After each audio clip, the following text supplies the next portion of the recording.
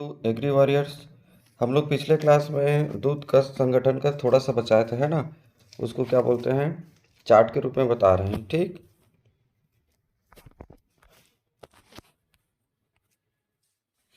खनिज लवण ये वाला हो गया था हमारा, है ना। फिर भी एक बार देख लेते हैं दूध में खनिज लवण की मात्रा कितनी होती है। तो 0.7 से 0.8%। ठीक, यहाँ पे पीएटी में क्वेश्चन आया था खनिज लवण से रिलेटेड। अगर आप दूध को 550 सेंटीग्रेड टेम्परेचर पर तापमान पर जलाओगे, ठीक, तो जलाने के बाद जो राख प्राप्त होता है उसी को हम क्या बोलते हैं, खनिज लवण बोलते हैं, है ना। ये परीक्षा में आया था, टेम्परेचर से रिलेटेड 550 सेंटीग्रेड को पूछा था। अब दूध में जो खनिज लवण पाया जाता है दो टाइप का होता है, एक अम्लीय प्रकार का और एक क्षारीय प्रकार का, है ना। जितने भी माइनस निगेटिव चार्जेस वाले होते हैं अम्लीय होते हैं, है ना। और जो पॉजिटिव वाले होते हैं, पॉजिटिव चार्जेस वाले होते हैं, उन लोग क्या होते हैं, क्षारीय प्रकृति के होते हैं। तो क्लोरीन, सल्फर और फास्फोरस ये क्या है, अम्लीय प्रकृति का है। और क्षारीय प्रकृति का कौन है, कैल्शियम, मैग्नीशियम और पोटास, है ना। तो दूध में सर्वाधिक मात्रा में कौन सा खनिज लवण पाया जाता है, ये भी क्वेश्चन है। तो कैल्शियम। कौन अनुपस्थित होता है, ये भी क्वेश्चन आ चुका है। तो आयरन, इसको जानना है। ठीक, तो दूध में सर्वाधिक मात्रा में कौन सा तत्व पाया जा रहा है, कैल्शियम पाया जा रहा है ना। यहाँ पर मिस्टेक हो गया है, कौन सा, यहाँ पर कैल्शियम। ठीक, अब दूध में जो भी कंपोनेंट है उसको एक चार्ट के रूप में हम लोग बनाए हैं, इसको आप देख लीजिए, है ना। जैसे देखिए एक साइड क्या लिखा है, पूरे पशु का नाम लिखाया है ना। उसमें पानी कितना परसेंट पाया जाता है, वसा कितना परसेंट पाया जाता है, प्रोटीन कितना परसेंट पाया जाता है, ठीक, लैक्टोज कितना परसेंट पाया जाता है, खनिज कितना परसेंट पाया जाता है, और उसमें ठोस पदार्थ की मात्रा कितनी होती है। ठीक, अब देखिए इसमें सबसे ज़्यादा पहले क्या पढ़ेंगे, गाय। तो गाय के दूध में देखिए पानी की मात्रा कितना है, 87%। 87% पीएटी में भी आ चुका है, 1-2 साल पहले आया था। वसा की मात्रा कितनी होती है, तो 4 से 4.5%।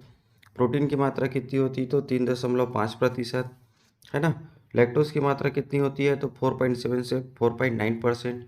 खनिज की मात्रा कितनी होती है, तो 0.7 से 0.8%।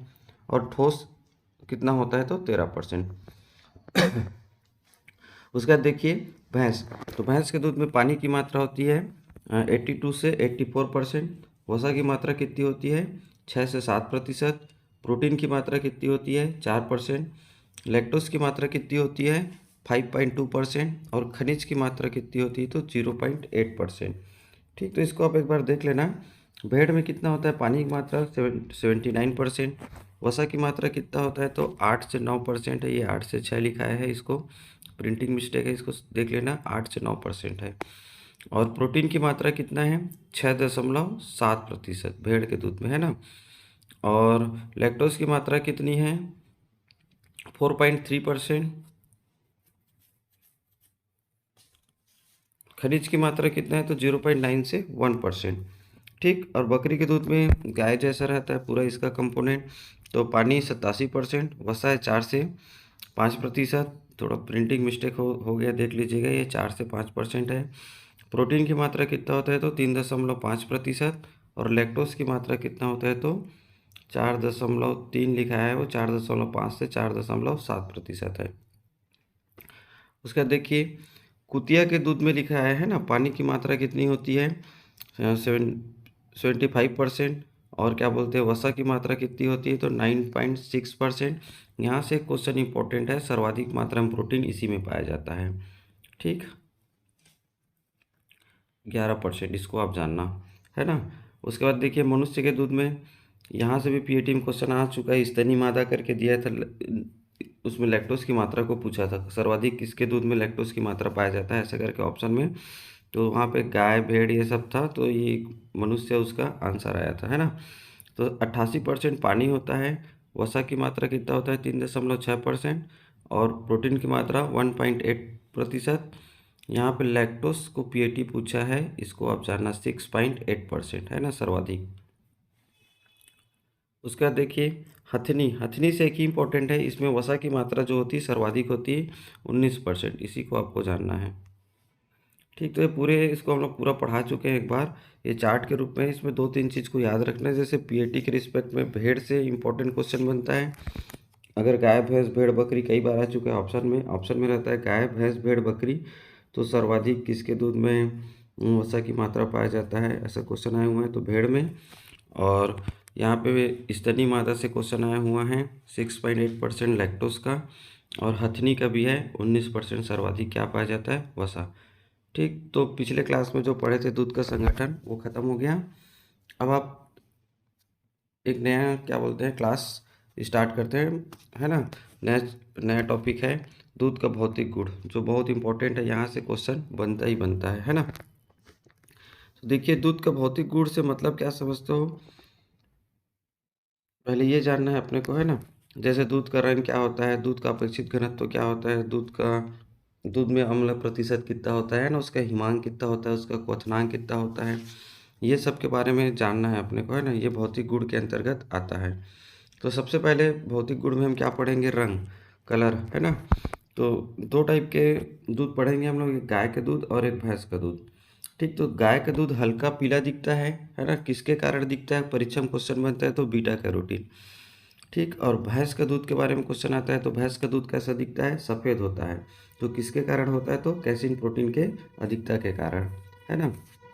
इतना ही जानना है अपने को, बाकी ये सब ऐसे ही नॉर्मली लिखा है, एक बार देख लेते हैं इसको। जैसे विदेशी गायों के दूध का रंग भारतीय गायों के दूध के रंग से अधिक पीला होता है ना, क्योंकि उनके दूध में अधिक मात्रा में क्या पाया जाएगा, कैरोटीन पाया जाएगा। उसके बाद क्या है, दूध से केसिन प्रोटीन और वसा को अलग करने पर दूध का रंग पीला हरा हो जाता है। ठीक, किसके कारण होता है, तो राइबोफ्लाविन के उपस्थिति के कारण। बाकी ये सबको आप मत पढ़िएगा, है ना, बस ऊपर का 2 लाइन इंपॉर्टेंट है। अब देखिए दूसरा, पहला रंग जान गए, ठीक। अब दूसरा क्या पढ़ेंगे, अपेक्षित घनत्व। तो अपेक्षित घनत्व किसको बोलते हैं, परिभाषा के रूप में अगर आप जानना चाहोगे तो, अगर आप दूध के घनत्व तथा समान आयतन वाले जल के घनत्व के अनुपात को हम क्या बोलते हैं, अपेक्षित घनत्व बोलते हैं। ठीक, पहले क्या है, दूध के घनत्व और क्या, समान आयतन वाले जल के घनत्व के अनुपात को क्या बोलते हैं, अपेक्षित घनत्व। अपेक्षित घनत्व जो होता है कौन से टेम्परेचर पर मापा जाता है, क्वेश्चन बनता है तो 60 फ़ारेनहाइट पर बोल सकते हो अगर फ़ारेनहाइट में बोलोगे तो, और सेंटीग्रेड में बोलोगे तो 15.5 सेंटीग्रेड तापमान पर मापा जाता है। ठीक, अब दूध में जो भी कंपोनेंट्स होते हैं, अवयव होते हैं, है ना, जैसे पानी, वसा, प्रोटीन, लैक्टोस, ये सब, है ना, तो उनका अपेक्षित घनत्व कितना होता है उसको देख लीजिए। तो पानी का अपेक्षित घनत्व कितना होता है, पानी का हमेशा 1 होता है, 1। ठीक, वसा का कितना होता है, पीएटी में आ चुका है क्वेश्चन, तो 0.92 होता है ना। प्रोटीन का कितना होता है अपेक्षित घनत्व, तो 1.34। और पीएटी में पूछा था दूध में सर्वाधिक मात्रा में कौन सा प्रोटीन पाया जाता है, केसिन। तो केसिन का अपेक्षित घनत्व पूछा था, है ना, तो 1.31 होता है उसका। ठीक, कितना होता है याद रखना, केसिन प्रोटीन का 1.31। अब देखिए उसके बाद खनिज लवण का, किसका, खनिज लवण का। तो खनिज लवण का सबसे ज़्यादा होता है 4.12, याद रखना इसको। दूध का जो अवयव है ना उसमें खनिज लवण का अपेक्षित घनत्व सर्वाधिक होता है 4.12। लैक्टोस, यहाँ पे थोड़ा प्रिंटिंग मिस्टेक हो गया है ना, लैक्टोस है ये। ठीक, ये क्या है, लैक्टोस, दुग्धम बोलते हैं ना, तो इसका होता है 1.66। और SNF वसा रहित ठोस का कितना होता है, 1.6 है। तो इसको आपको याद रखना है ना। अब देखिए विभिन्न प्रकार के पशुओं के दूध का अपेक्षित घनत्व। तो विभिन्न प्रकार के पशु मतलब गाय, भैंस, भेड़, बकरी, ये सब के बारे में। ठीक, तो सबसे पहले बकरी के दूध का अपेक्षित घनत्व कितना होता है, तो 1.028। याद रखना है इसको, डायरेक्ट इसको याद रखना है अपने को। अपेक्षित घनत्व का कोई यूनिट इकाई नहीं होता है ना। तो बकरी का कितना होता है 1.028। गाय का कितना होता है, दो दो बढ़ाना है आपको, 1.030, 28 से 30 समझ लीजिए। भैंस का कितना होता है, तो 1.032, है ना, दो दो बढ़ाना है। सपरेटा दूध का कितना होता है, तो 1.034। भेड़ का कितना होता है, तो 1.3034 से 1 पॉइंट, भेड़ का कितना होता है 1.34 से 1.34 नहीं है, ये भी प्रिंटिंग मिस्टेक है ना, सॉरी, ये है 1.034 है ना, क्या है 1.034, सुधार लीजिएगा, है ना, से 1.040 है। उसके बाद क्या है, खिस, खिस का कितना होता है, तो 1.040 से 1.080। तो यहाँ से क्वेश्चन आता ही है किसका अपेक्षित घनत्व कितना होता है करके। याद कैसे करना है, मतलब देखिए जिसके दूध में पानी की मात्रा ज़्यादा होता है उसके अपेक्षित घनत्व कम होता है। जैसे जैसे ठोस पदार्थ है ना की मात्रा बढ़ते जा रहा है, अपेक्षित घनत्व भी क्या हो रहा है, बढ़ते जा रहा है। जैसे बकरी का सबसे दूध क्या होता है, पतला होता है, मतलब पानी की मात्रा गाय और क्या बोलते हैं बकरी में 87 ही होता है, लेकिन बकरी का अपेक्षित घनत्व कितना होता है 1.028। आपको फिर बढ़ाना है, 2 बढ़ाना है, 28 से 30 गाय का हो गया। उसके बाद भैंस में पानी की मात्रा और कम होता है, 82 से 84 जानते होगे, तो इसका क्या हो गया 1.032 हो गया। उसके बाद सपरेटा दूध होता है, उसका होता है 1.034। भेड़ के दूध में पानी की मात्रा और कम होता है 79%, इसके लिए अपेक्षित घनत्व तो इसका थोड़ा और ज़्यादा हो गया है 1.034 है ना, 1.344 लिखा है, वो थोड़ा मिस्टेक है ना। वहाँ पे आप क्या कर लोगे 1.034 से 1.040। उसके बाद कितना है खींच का कितना है 1.040 से 1.080। इसको याद करके रखना है आपको, है ना। अब देखिए दूध के अपेक्षित घनत्व को प्रभावित करने वाले फैक्टर कौन कौन होते हैं। तो दूध में वसा प्रतिशत, अगर दूध में वसा प्रतिशत बढ़ेगा तो उसका अपेक्षित घनत्व भी क्या होता है, बढ़ता है। ठीक, जैसे देखिए गाय के दूध में वसा कितना था 4%, भैंस में थोड़ा ज़्यादा था, भेड़ में और थोड़ा ज़्यादा था, है ना, था ना वसा। जैसे गाय के दूध में 4%, भैंस के दूध में 6 से 7% या 5 से 6% बोल सकते हो आप, 6% आप जानना। भेड़ में कितना है 8 से 9% है, तो उसका अपेक्षित घनत्व तो बढ़ते गया था। तो अगर दूध में वसा का प्रतिशत बढ़ेगा तो अपेक्षित घनत्व भी क्या होगा, बढ़ेगा। अब ठोस पदार्थ की मात्रा बढ़ेगा तो भी अपेक्षित घनत्व क्या होगा, बढ़ेगा। यहाँ पे थोड़ा प्रिंटिंग मिस्टेक है, आप आवाज़ को सुनिएगा। उसके बाद टेम्परेचर, तो आप टेम्परेचर को भी बढ़ाओगे तो अपेक्षित घनत्व क्या होगा, बढ़ेगा। ठीक, संचय अवधि, स्टोरेज कैपेसिटी जो होता है ना, पीरियड होता है स्टोरेज पीरियड, जिस टेम्परेचर पर आप उसको संरक्षित करके रख रहे हो उसको हम क्या कितने दिन तक आप उसको स्टोर करके रख रहे हो, ठीक, उसको हम क्या बोलेंगे, संचय अवधि। तो संचय अवधि को आप बढ़ाओगे, ज़्यादा दिन तक उसको रखोगे तो अपेक्षित घनत्व भी क्या होता है, बढ़ता है। उतना इम्पोर्टेंट ये नहीं है, जानने के लिए है। अब देखिए दूध का अपेक्षित घनत्व ज्ञात करने की विधि है, पीएटी कई बार पूछा है, इसको सिर्फ नाम पूछता है। तो एक होता है लैक्टोमीटर विधि, दूसरा क्या होता है आरडी बोतल विधि, और तीसरा क्या होता है बेस्ट फॉर तुला मेथड, है ना। तो विधि के नाम है, हम इसमें से लैक्टोमीटर विधि को थोड़ा अच्छे से पढ़ते हैं। तो लैक्टोमीटर विधि या हाइड्रोमीटर घनत्व मापने के लिए उपयोग करते हैं, लिखाया है ना।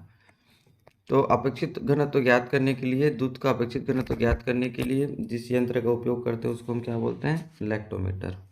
ठीक, इससे आसानी से, है ना, ये थोड़ा प्रिंटिंग मिस्टेक है उसको ध्यान मत दीजिएगा। इससे आसानी से कम समय में दूध का अपेक्षित घनत्व हम क्या कर सकते हैं, ज्ञात कर सकते हैं। देखिए यहाँ पे इसका डायग्राम दिया है ना।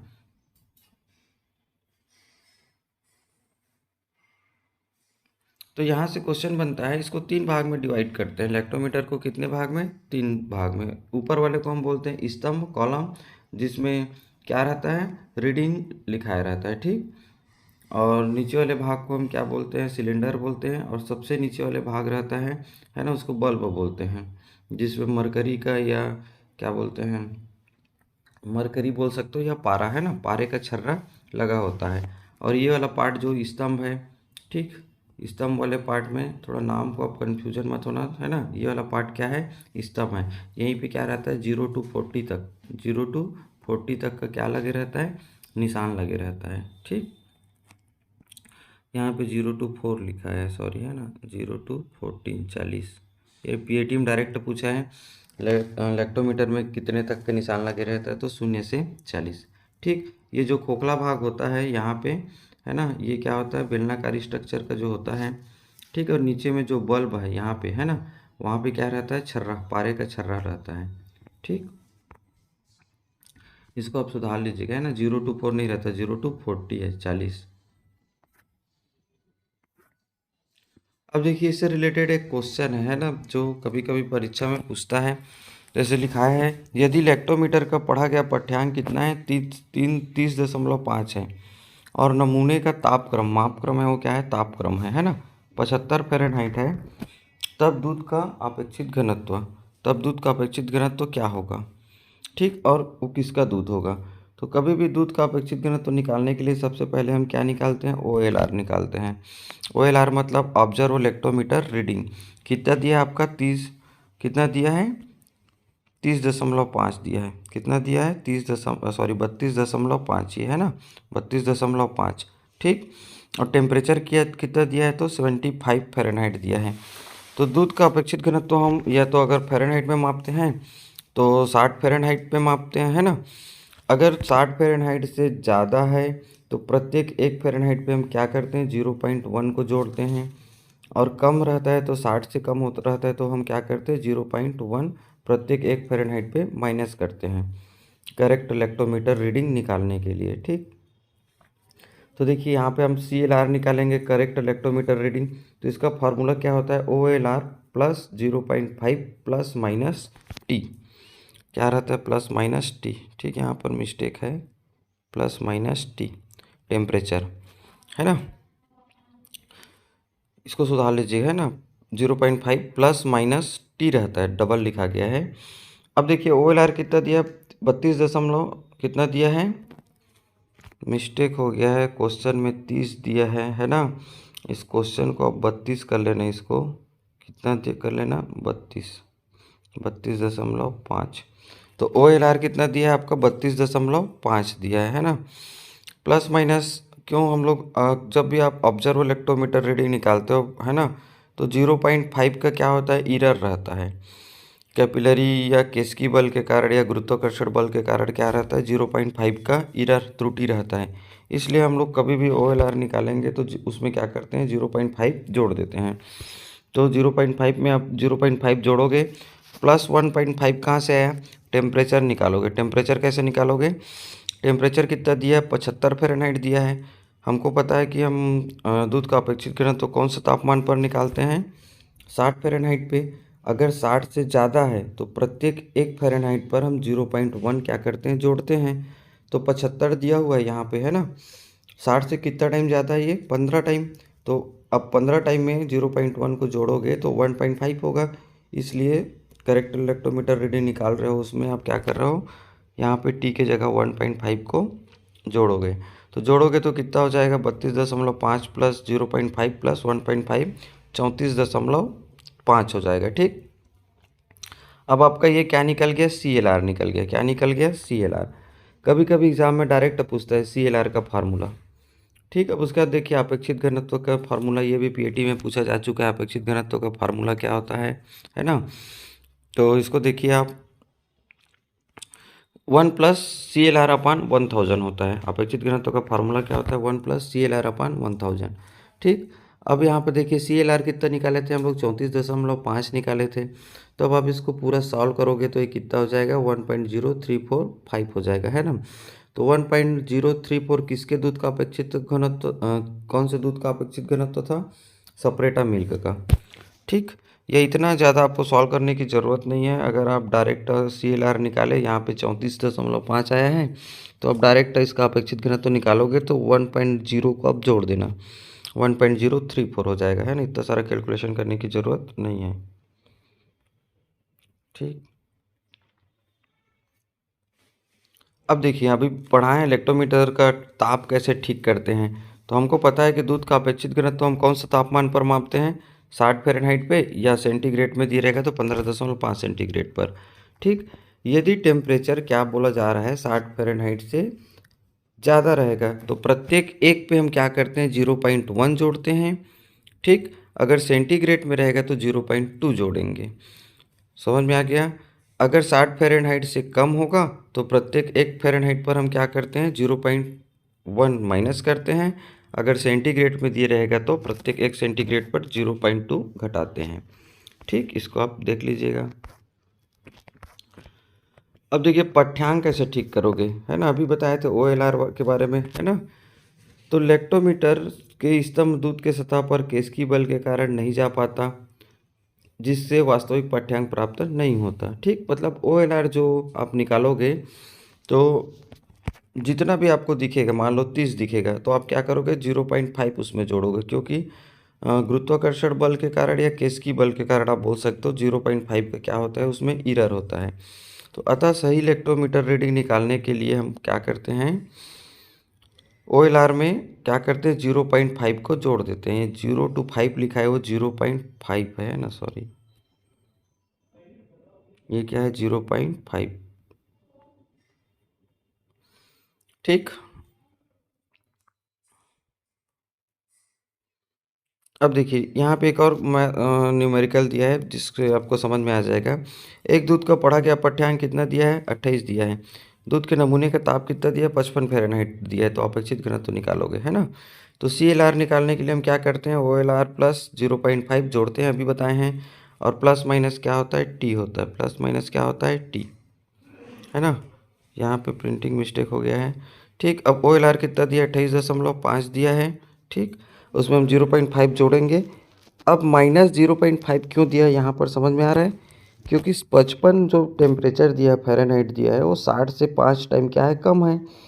तो प्रत्येक 1 फ़ारेनहाइट अगर कम रहे तो 0.1 घटाते हैं। तो 5 बार कम है, 60 से 55 है ना ये, तो 5 बार कम है, तो हम क्या करेंगे 0.5 को, सॉरी 0.1 को 5 बार जोड़ेंगे तो 0.5 होगा। ठीक, अब इसको आप सॉल्व करोगे तो कितना आएगा, कितना आएगा 28.5 प्लस 0.5, 29 हो गया। 29 में आप 0.5 कम करोगे तो 28.5 आ जाएगा। ठीक, अब फिर से वही फार्मूला लगाना है अपने को अपेक्षित घनत्व निकालने का। तो कितना आएगा 1 प्लस CLR अपॉन 1000। ठीक, अब यहाँ से डायरेक्ट ये आया 28.5 आया, मतलब आप क्या करोगे 1.028 आप लगा देना, वो क्या होगा आपका अपेक्षित घनत्व होगा। ठीक है, और ये किसके दूध का अपेक्षित घनत्व पूछेगा तो बकरी के दूध का है। किसके दूध का है, बकरी के दूध का। सॉल्व कर लोगे इसको, है ना, इसको आप सॉल्व करना। थोड़ा प्रिंटिंग मिस्टेक है, इसको देख लीजिएगा, है ना। देखिए गाय का दूध, अब उसके बाद तीसरा क्या है, हिमांक बिंदु।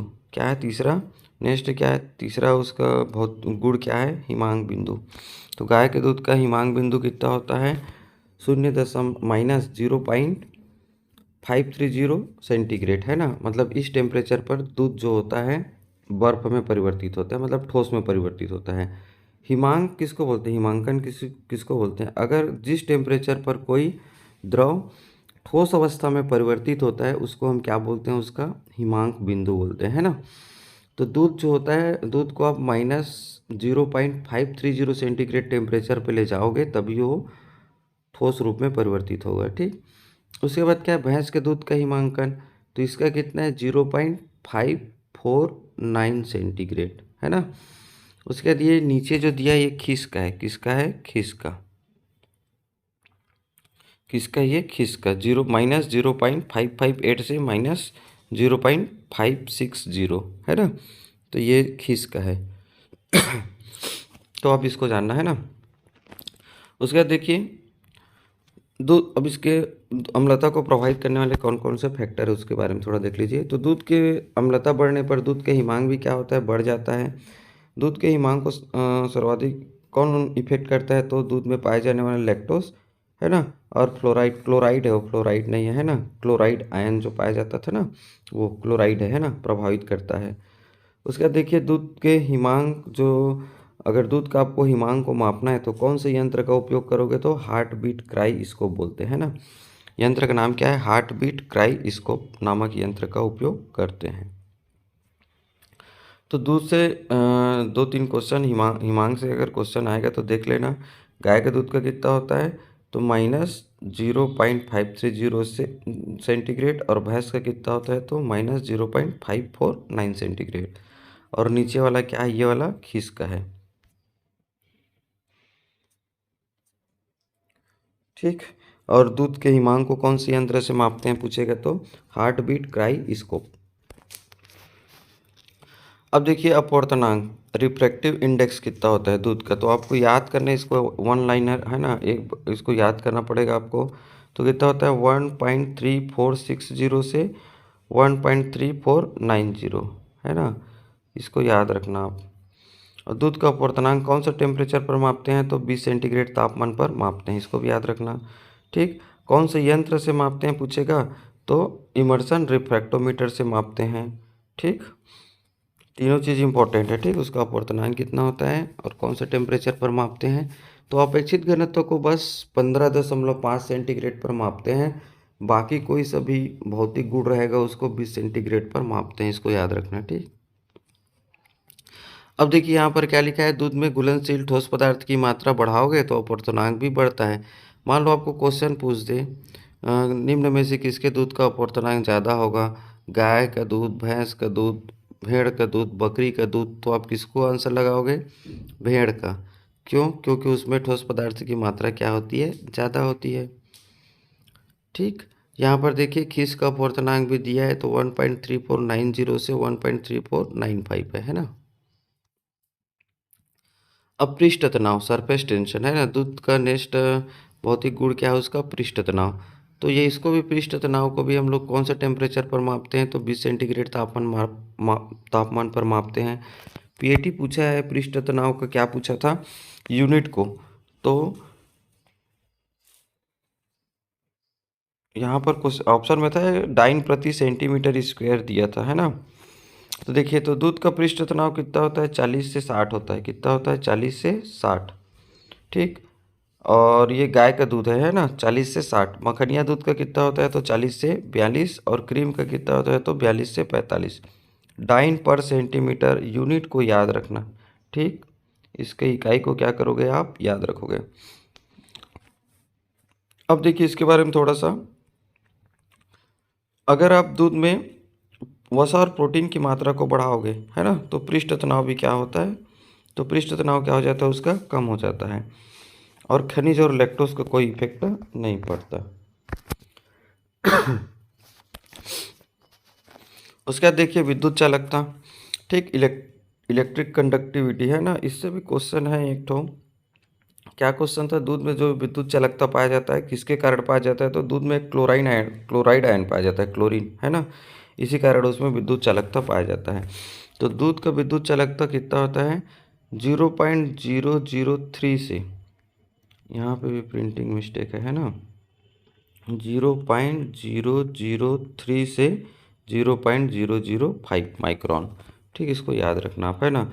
और ये विद्युत चालकता का कारण कौन होता है, तो क्लोरीन आयन होता है। कौन होता है, क्लोरीन आयन, इसको जानना आप, कौन होता है, तो क्लोरीन आयन। ठीक, अब देखिए नेक्स्ट, श्यानता, है ना, विस्कोसिटी। तो श्यानता के बारे में आप जानते हो, ये भी क्वेश्चन आया हुआ है। ठीक, यूनिट के बारे में पूछा था सेंटीपाइज को, है ना।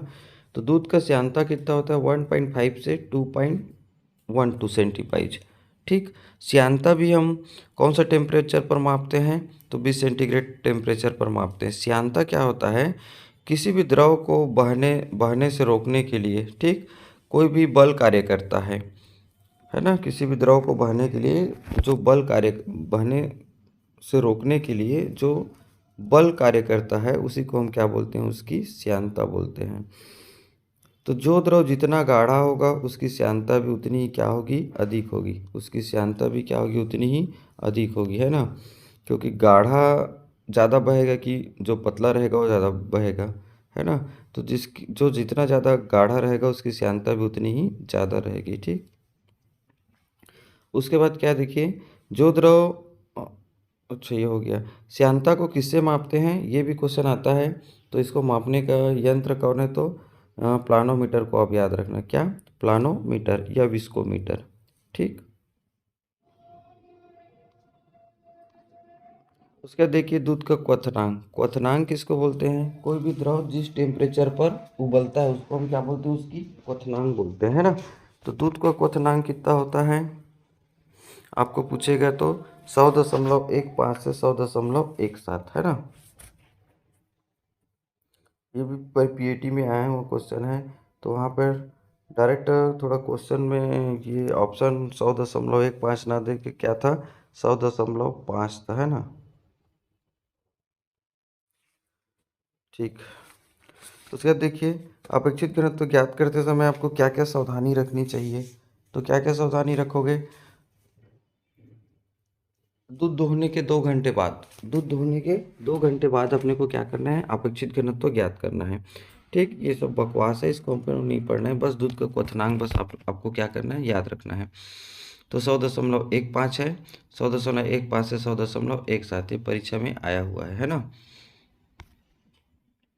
अम्लता, ठीक, तो अम्लता के बारे में भी पीएटी में क्वेश्चन आया था। तो कितना होता है दूध में अम्लता, कितना होता है, किसी को याद है?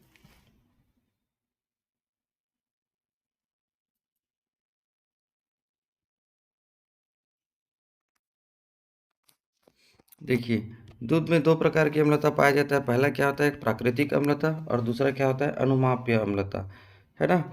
तो दूध में अम्लता होता है 0.2% से, दूध में अम्लता जो होता है 0.2% से कम होना चाहिए। एकदम फिक्स कितना होता है, 0.14 से 0.18। ठीक, अगर दूध खराब होते जाता है तो उसमें अम्ल की मात्रा क्या होती जाती है, बढ़ती जाती है।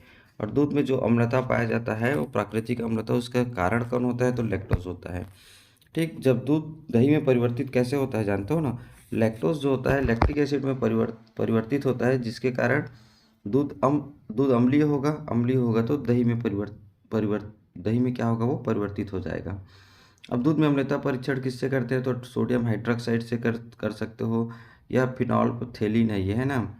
और क्या है, फिनाइलिनिल लिखा है ना, वो फिनॉल्फथेलिन अभिरंजक है। ठीक, अनुमाप्य अम्लता किसको बोलते हैं, प्राकृतिक अम्लता में जो विकसित अम्लता होता है, विकसित मतलब मान लो 0.2 है प्राकृतिक अम्लता, दूध को आप थोड़ा दूध लॉन्ग टाइम तक रखोगे, ज़्यादा टाइम तक रखोगे तो उसमें बैक्टीरिया की मात्रा बढ़ते जाएगा। बैक्टीरिया क्या करेगा, श्वसन की क्रिया करेगा तो कार्बन डाइऑक्साइड छोड़ेगा, तो उसमें CO2 की मात्रा बढ़ते जाएगा, तो दूध में अम्लता की मात्रा क्या होते जाएगा, बढ़ते जाएगा। ठीक, तो उसको हम क्या बोलेंगे, अनुमाप्य अम्लता बोलेंगे, है ना। तो आज के क्लास में इतना ही। Thank you.